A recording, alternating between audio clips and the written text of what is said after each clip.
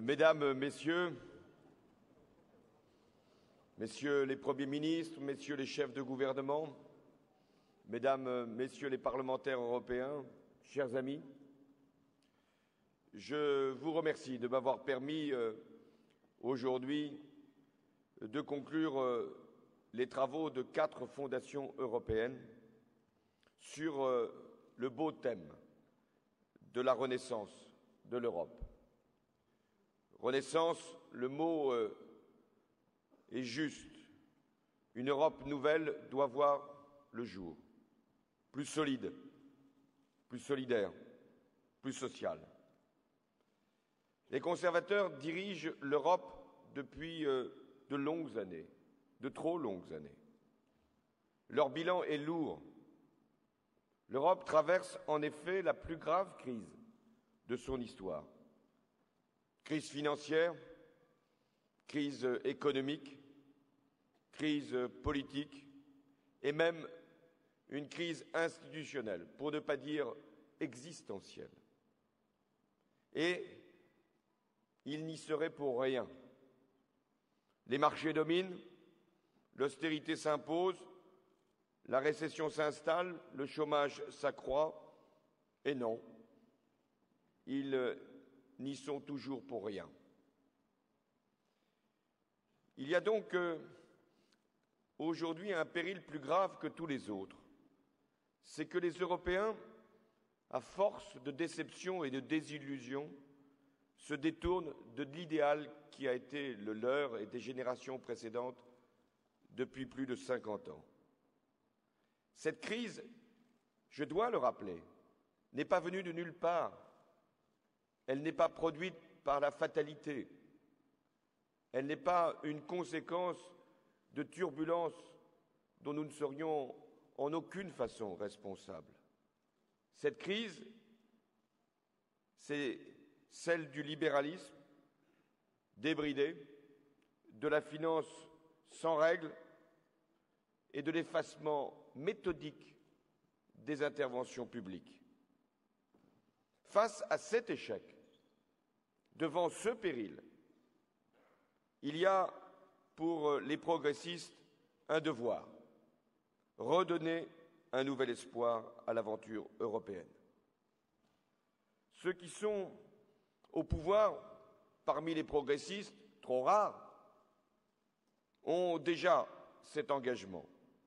Je pense à Elio Di Rupo en Belgique et j'y pense avec d'autant plus d'émotion qu'aujourd'hui il traverse avec son peuple un moment extrêmement grave et dur. Mais je pense aussi au Danemark, dirigé par les sociaux-démocrates, à l'Autriche, à la Slovénie, à la Slovaquie, et je n'oublie pas la Croatie qui rejoindra bientôt l'Union européenne. C'est peu, j'en conviens, c'est trop peu, et c'est ce qui doit changer, et d'abord ici en France.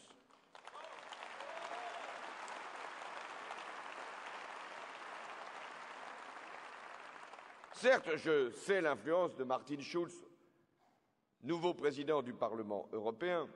Certes, je n'ignore rien de ce que fait le groupe socialiste au même Parlement européen. Mais notre responsabilité aujourd'hui est plus grande. Nous sommes à la veille d'échéances décisives. En France, d'abord, et c'est ma tâche, mais aussi bientôt en Allemagne, avec Sigmar Gabriel, président du Parti social-démocrate, en Italie, avec Pierluigi Bersani. Voilà ce que nous avons à faire, permettre le changement dans nos pays et en Europe.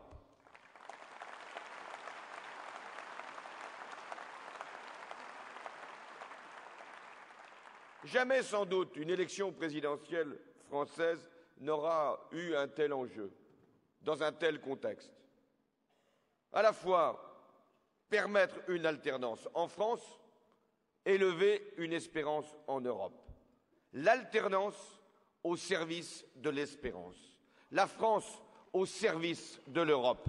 Voilà ce que les électeurs et électrices de France auront à déterminer dans les prochains jours.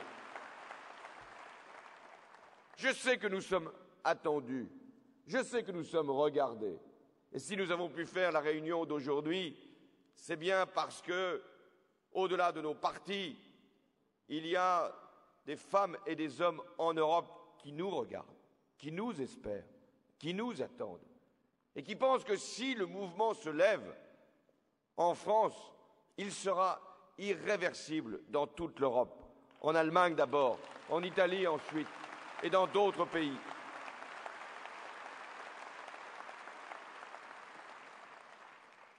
Les dirigeants conservateurs l'ont d'ailleurs parfaitement compris. C'est ainsi que j'ai interprété la Sainte Alliance qui se serait organisée.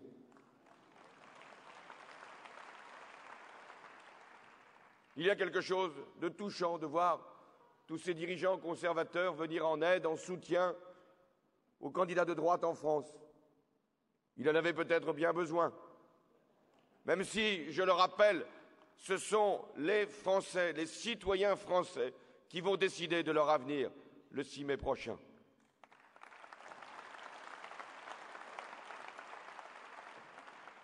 Mais c'est bien le droit des dirigeants conservateurs de se retrouver à la veille d'une échéance importante en France.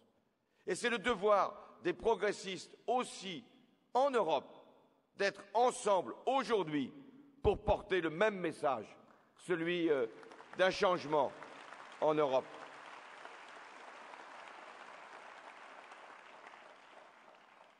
Je fais partie de la génération des hommes et des femmes à qui l'Europe paraît si familière, si évidente, si naturelle. Les pères fondateurs avaient dû surmonter tant de passions, pleurer tant de deuil, s'arracher à tant de vengeance, oublier tant de haine pour accomplir cette tâche prodigieuse. Et ils l'ont fait.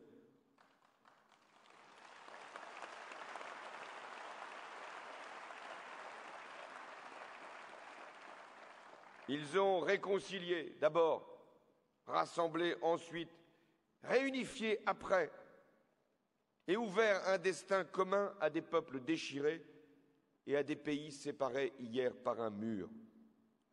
Ma génération a pris le relais et je suis, avec d'autres ici, dépositaire de ce précieux héritage. Je l'ai recueilli pour ma part auprès de deux grands Européens, François Mitterrand et Jacques Delors.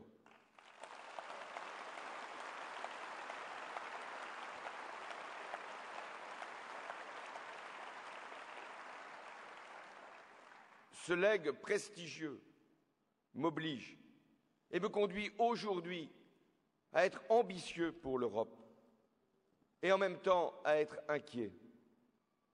Je mesure, comme vous tous ici, le doute profond, insidieux qui s'est installé en France et partout en Europe à propos du projet lui-même de notre continent. L'Europe s'est affaiblie à mesure qu'elle s'éloignait des peuples, qu'elle ne répondait plus à leurs attentes, qu'elle était perçue comme impuissante face aux forces du marché, obsédée même par la dérégulation, incapable de résister à la mondialisation libérale. C'est cette Europe que je ne veux plus. C'est cette Europe que je veux réorienter. Nous sommes à un moment crucial, car l'élection présidentielle en France se tient au moment même où un nouveau traité est signé. Face à un pacte qui porte le nom de stabilité, mais qui peut devenir un pacte d'austérité, j'oppose un pacte de responsabilité, de gouvernance et de croissance.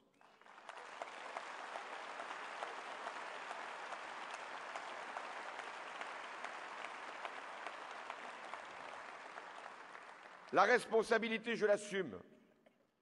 Il y a aujourd'hui des disciplines à mettre partout en Europe en place.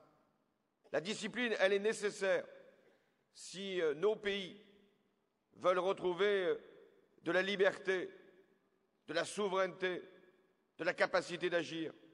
Le sérieux, il est indispensable pour sortir de la main froide des marchés dans laquelle les conservateurs nous ont plongés en creusant les déficits, en laissant filer la dette, en détériorant les comptes publics. Ne laissez jamais dire que les conservateurs gèrent bien leurs pays respectifs. Ne laissez jamais penser qu'ils savent mieux que les progressistes maîtriser les dettes, réduire les dépenses et éviter les hausses d'impôts. Au contraire, c'est sous un gouvernement de droite depuis 5 ans que la dépense publique a progressé, que la dette s'est creusée et que les impôts ont augmenté. Eh bien, c'est notre tâche maintenant de remettre de l'ordre dans les finances publiques en France et en Europe.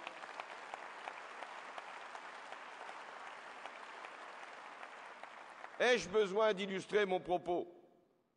Chacun se souvient du président sortant, qui était à l'époque le président entrant. Nous étions en 2007, au lendemain de l'élection présidentielle. Il s'est rendu lui-même contre tous les usages, c'est son tempérament, contre toutes les convenances, c'est sa façon de faire.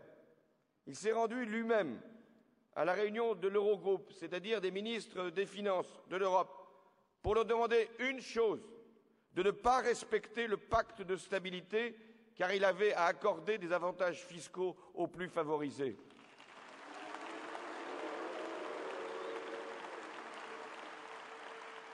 Et c'est le même qui viendrait, au nom d'un traité qu'il vient de signer et qui n'est pas encore ratifié, nous faire des leçons de bonne gestion financière ici en France et dans toute l'Europe. J'assume des règles, je revendique la responsabilité, je reconnais l'obligation du sérieux. Et c'est pourquoi, si les Français m'en donnent mandat au lendemain de l'élection présidentielle, j'inscrirai dans une loi de programmation budgétaire pour 5 ans le cadre de responsabilité de nos finances publiques, conduisant à un équilibre de nos comptes en 2017. Cette maîtrise, elle se fera graduellement, méthodiquement, durablement, et elle se fera dans la justice, car il n'est pas possible de demander quelque effort que ce soit à nos compatriotes s'il n'y a pas un partage juste du sacrifice à faire, et notamment du côté des plus favorisés.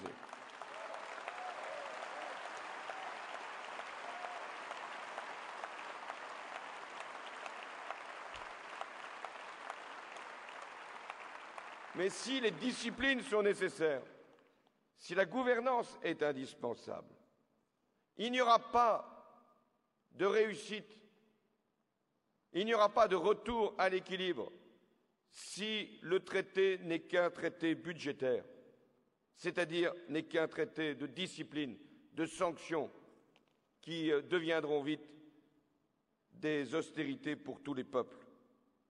C'est pourquoi j'ai affirmé à plusieurs reprises, et je le fais encore aujourd'hui solennellement, que je renégocierai le traité budgétaire.